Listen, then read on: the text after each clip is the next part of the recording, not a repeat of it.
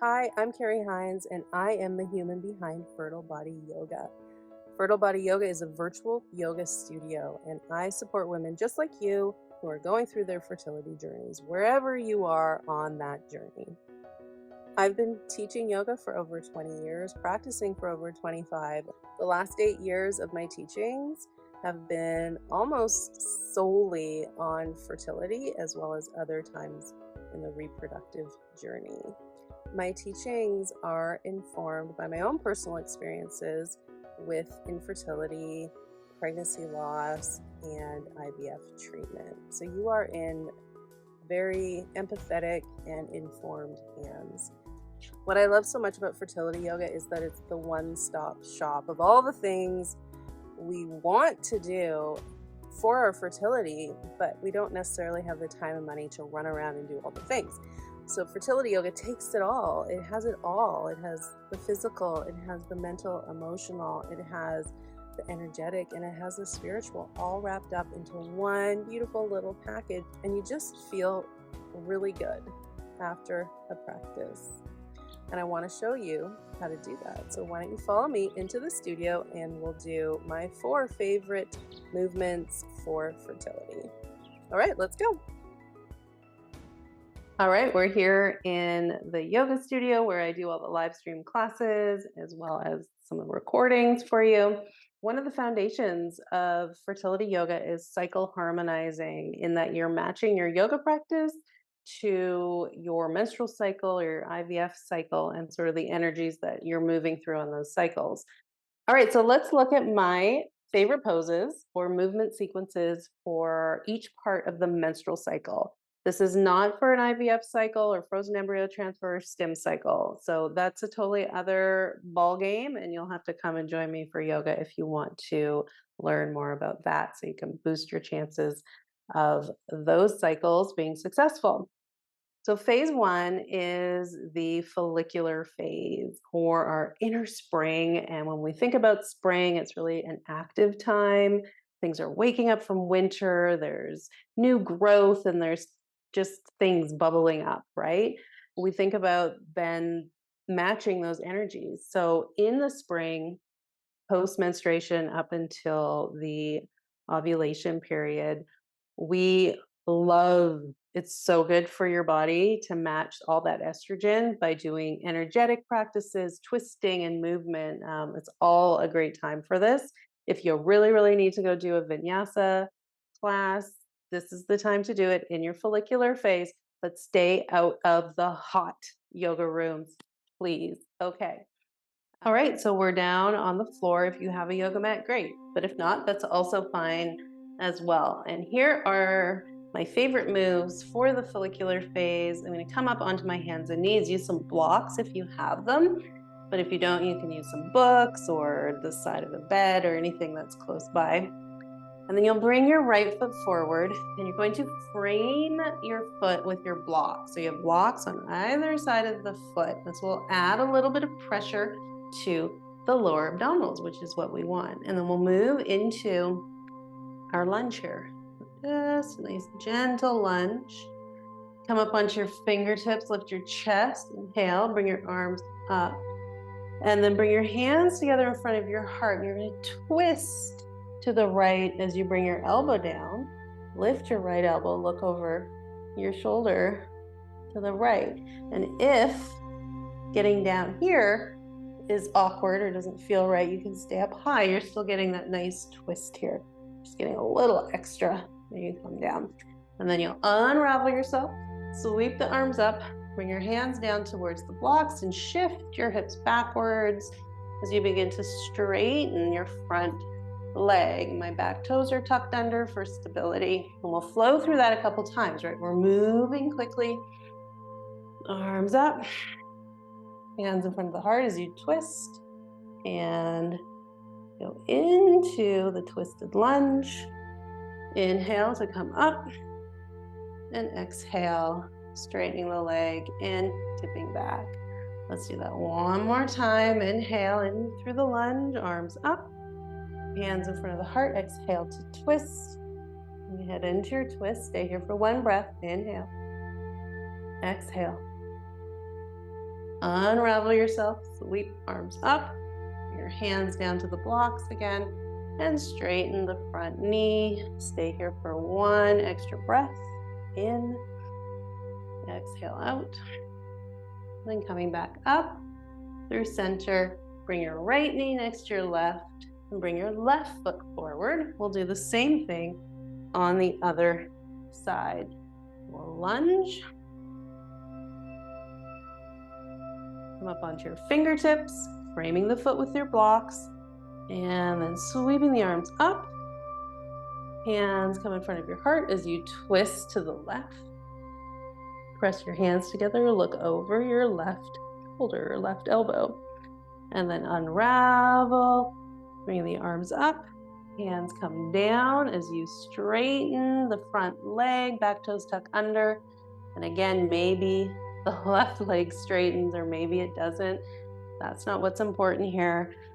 What's important is that you're getting this opening through the back of the leg, which will be different for everybody. So here we go again, into the lunge. Sweep the arms up, hands in front of the heart, twist to the left, drop the elbow or stay high, and looking over your shoulder. Let's do one more. Inhale. And hands come down. Not one more. We'll have to do this first. Into the straight leg. Now we do that final pass here, bringing the arms up, hands in front of the heart. Exhale. Taking the twist. Unravel, face forward. Exhale, hands down, back toes under. Front leg begins to straighten. And then come back up. Bring your left knee to meet your right knee. We're going to keep the knees together here as you come on down into a child's pose. You can keep your hands up high or bring your hands down to the floor and relax your head. And again, we're having a little bit of pressure on the belly here. So when you come up, there'll be a flush of oxygenated blood into and around the uterus. Next, we have summer, inner summer, which is similar to the spring energy, but it's a little bit more laid back. I like to think of this as the queen bee time, where everything is flocking to you. It's coming to you. You're just laying around in your throne or on the hammock, right? So there's still there's vibrancy, but there's less crazy activity. All right, so we're going to match that. And here are my favorite poses for inner summer and ovulation. All right, for our ovulation phase, we will start lying down on the ground. Bring the soles of the feet together and let the knees drop out to the side. And you can bring your hands down onto your lower abdominal area. Take a big inhale, send it all the way down to your hands.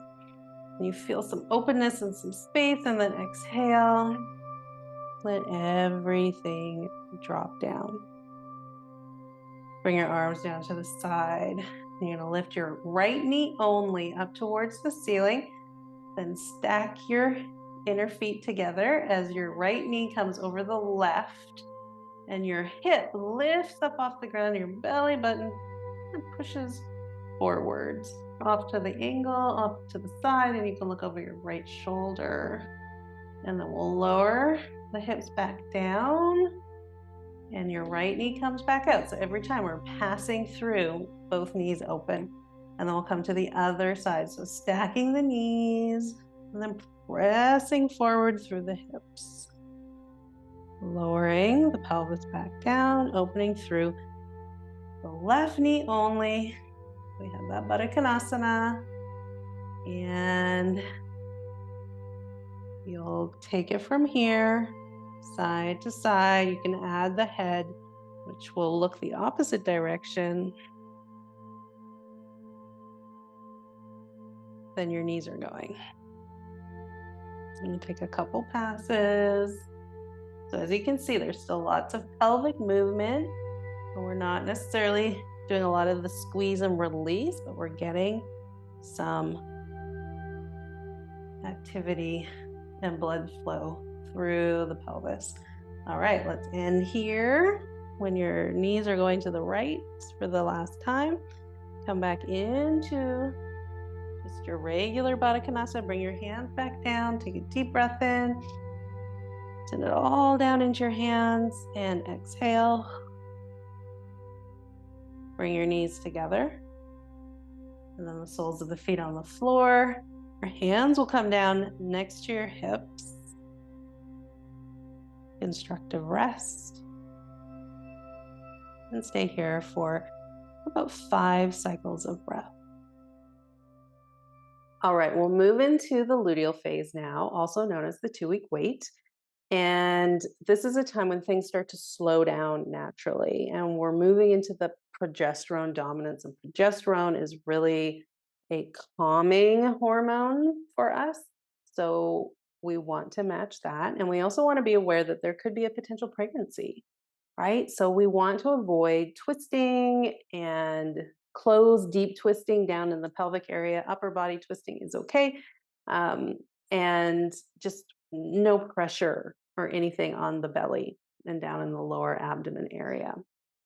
But what's really important here is that you still do want to move. You still want to create blood flow, nice, fresh, nutrified, and nourishing blood into oxygenated blood into and around the uterus, as well as that energy, that moving energy, just to enliven and feed, right, the possible pregnancy.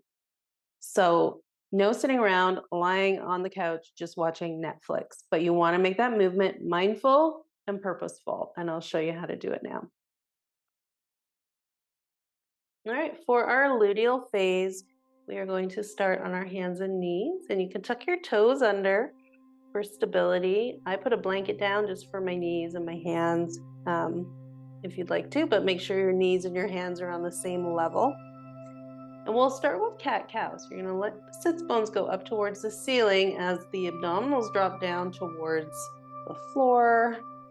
And think about opening up through the collarbones as you look forward. So it's like a back bend. Now, starting from the tailbone, you're going to start tucking the tailbone, starting at the base of the spine, and begin to round up. We're not really doing this for a core exercise. We're just getting this for the spread through the back of the back there, and then back. You can go back and forth a couple times. So we're being gentle, we're being mindful. So just think of this like, oh, I'm just bringing blood flow and energy down into and around the pelvis. So from the cat-cow, then you're going to start moving a little bit more, shifting the hips side to side. Close your eyes and just kind of let your body decide where it wants to go. Some circles, maybe. Side bending, side to side. There's really no right or wrong. We want to let the body guide us. Get out of our heads for a little bit.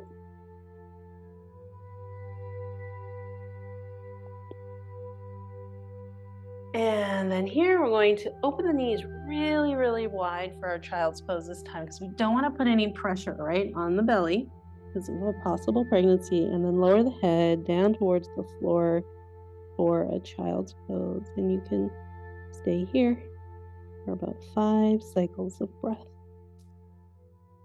And finally, we have the menstruation part of our cycle, which is inner winter, a time when the body is naturally releasing, letting go, and resting. And so we will follow that, and we will do some of one of my favorite restorative poses for this time. I have a few for this time because my body loves restorative during menstruation. But we're going parasympathetic here. We want to really, really, really allow the body to release and go into that rest, digest, and reproduce side of our sympathetic nervous system. We were doing that before, but now we're really hitting it home. This is when our stress hormones and cortisol begin to dissolve and leave our body. So, this is a really important practice. Part of the practice is the parasympathetic activation in restorative poses. So, I'll show you my favorite one for menstruation. Here's my favorite pose for menstruation, and I'm sitting up on a blanket to lift my hips up so I have more space in and around the pelvis, and you should too. You're gonna want to. And then I have my blocks and a bolster here, but if you don't have that, that's fine. You can use the side of the bed, you can use a little side table, so anything that you have, a chair. And then you can also use any other props or blankets you have lying around just to assist to get the height right for what we're going to do in this wide leg forward fold. So the legs are straight, they're out to the side, the toes are pointing up towards the ceiling. And then we'll hinge from the hips, which basically means we lead with the chest or lead with the belly button. Okay, and then relax your abdominal muscles. Bring your hands down in front, and then you can lower your forehead down to your hands. And why I love this pose so much is because it's kind of like moving the uterus out of the pelvis in a way so that it can get a little bit more space here. And then we also have this apana, which means downward and outward flow. Apana Vayu, that energy that is downward and outwards of our body. So this is such a perfect pose. Ideally, with restorative, you would stay here for about 5 minutes. We're not going to do that today, but this is your setup and this is your go-to for menstruation, and you simply relax and breathe. Noticing the breath in the body and letting your breath be full and deep and sending it all the way down into your pelvis. All right, so I'm just brushing the surface here on fertility yoga and how it can support you on so many different levels while you're going through this part of your journey. And one thing that I want to really emphasize here is that fertility yoga does so well to connect you to the feminine energies, right? Because fertility is steeping in feminine energy, this allowing and receiving and swelling and ebbing and flowing and being and receiving and nourishing, right? These are all qualities of the feminine, which is what we really want at this time. We need this to nurture our fertility on multiple levels, and fertility yoga can really take you there. I just believe so deeply in the power of fertility yoga and how it can change the trajectory of your fertility experiences and outcomes. And my goal here is to provide you with the support that you deserve outside of the doctor's office. So the mind and the body, the energy and the spirit, right? You really do deserve all the support that you can get. So I hope that you will come and check out some fertility yoga with me. I'd love to see you there. Thanks for your time, and Jai Ma, which means victory to the mother.